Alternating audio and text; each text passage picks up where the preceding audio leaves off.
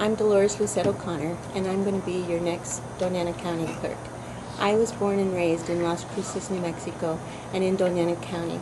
And in my career, I've been a banker, a volunteer for the community, a business owner, an elected official, and during all of my term, I have been professional and dedicated to everything I pursue. It is my work ethic and my long-time experiences that will bring efficient, fresh implementation and transparency to the Doña County voters in every election that moves forward from this time forward. I also will be responsible for maintaining and securing safekeeping of all documents that are filed on a daily basis in Doña County Clerk's office. I ask you today, on November 6th, to vote Dolores Lucette O'Connor as your next Doña County Clerk. Why? Because your vote matters. Thank you. I'm Lynn Ellens, the current Doña County Clerk. Prior to that, I was the Supervisor of Elections from 2006 to 2008. I'm running because I think I've done a good job, and I think the people have recognized this. I think, given some of the editorials that this newspaper is on, you recognize that I've done a good job.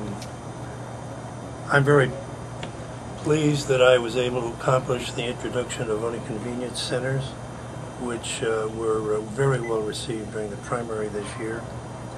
We've introduced the electronic process now to Election Day, which I think is about time and brings us into the 21st century.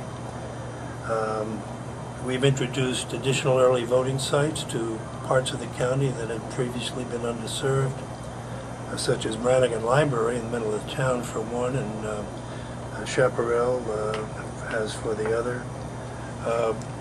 On the recording side, we have introduced a simplified way in which to access real estate records.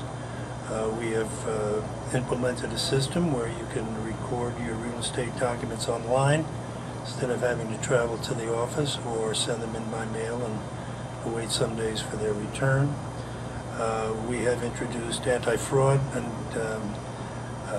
ID protection devices into our system, where people who have filed real estate documents with us can access to find out if anybody has tampered with them or filed, for instance, a mechanics lien against them without their knowledge.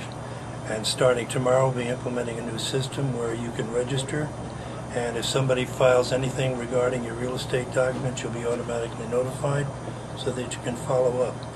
Contrary to popular belief, we do more than run elections, which of course is a very significant part of the operation, but we record all of your real estate documents. We issue marriage licenses, we issue business licenses, we issue liquor licenses. It's a very multifaceted operation. At the current time, I have approximately 35 people working for me, and I'm in charge of administering a budget that annually amounts to anywhere from $1.5 to $1.7 million, which I think is a fairly significant undertaking.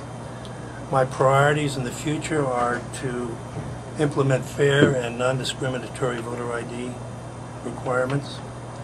We need to toughen the eligibility requirements for third-party registration agents. As you know, Sunland Park has been a real problem with respect to third-party registration activities. We need to make certain that people are at least 18 years old and they're not felons. You give out personal information at the supermarket or wherever you're solicited.